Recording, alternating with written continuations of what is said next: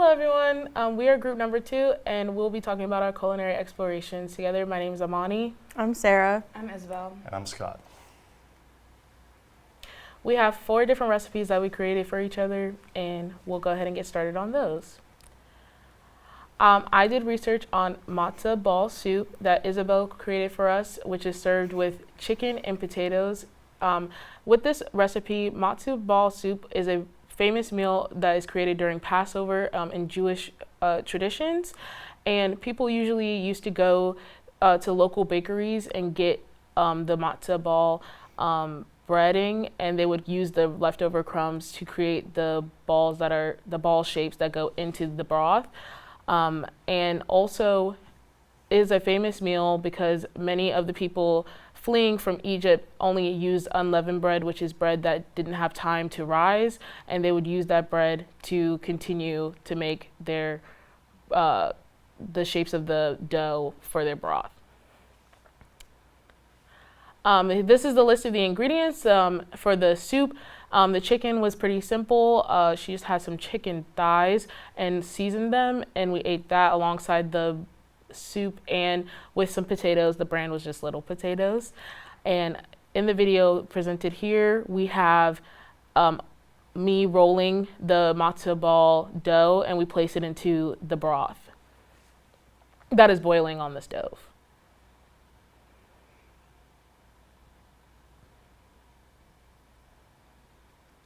And that's a little shot of what it looks like.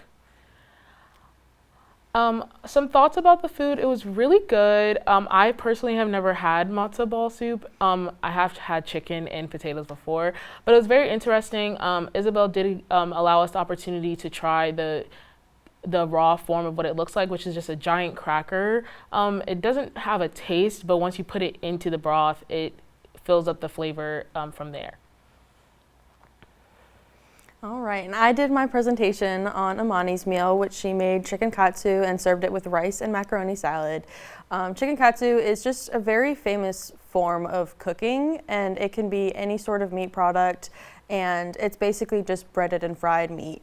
And it has an influence of Western culture being adopted from other places, and it's also it's quite popular in Hawaii.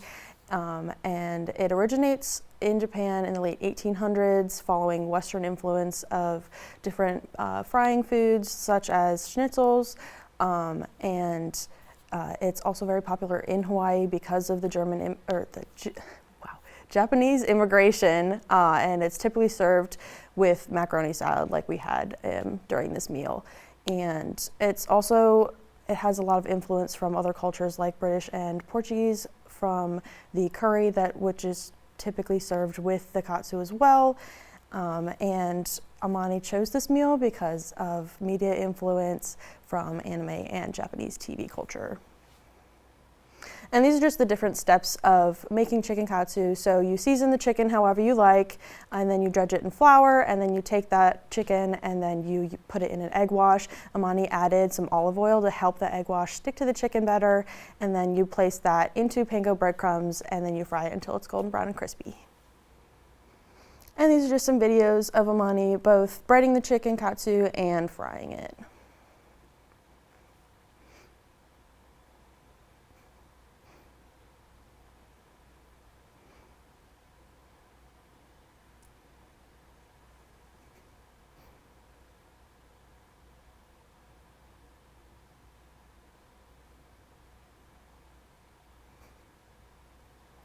And just my overall reflection, I really enjoyed this meal sharing experience, and now that I know how to make chicken katsu, I am definitely going to be making it in the future. It's a very simple meal, and it's like minimal ingredients and everything, and it's very variable. You can kind of have it and serve it with anything you'd like, and so I think because of that, I will be eating it myself. I did my presentation on Sarah's dinner. She made a beer mac and cheese and a chiaparelli salad. The beer, cheese, and chiaparelli salad both tell stories of local tradition and flavor. Beer cheese began in Kentucky taverns where cheddar, garlic, and flat beer created a bold snack to pair with drinks. In Baltimore, chiaparelli salad became a signature dish with crisp lettuce and a sharp garlic dressing. Both foods reflect how simple ingredients and regional culture come together to form lasting culinary identities.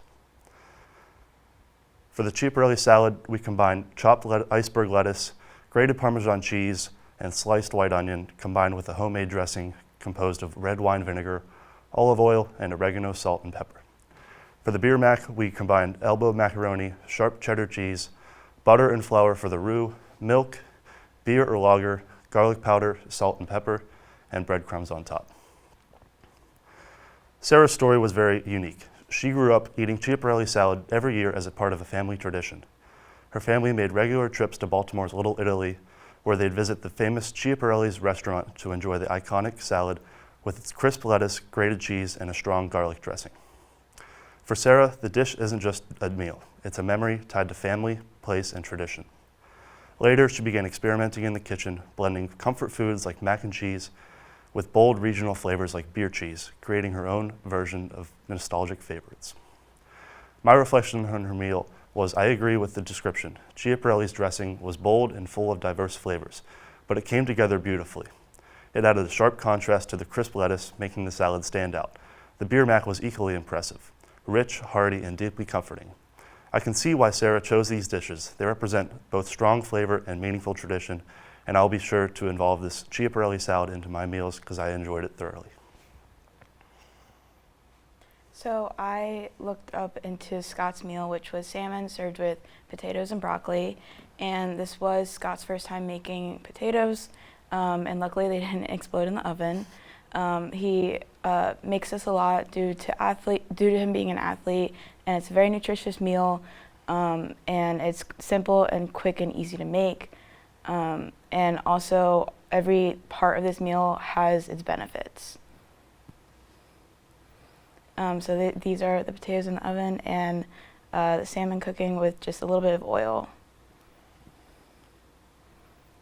This was our first dinner in the whole experience, so it was a little bit awkward just in general, but it went uphill from there, and the meal was really good. And Scott also talked about how this meal, growing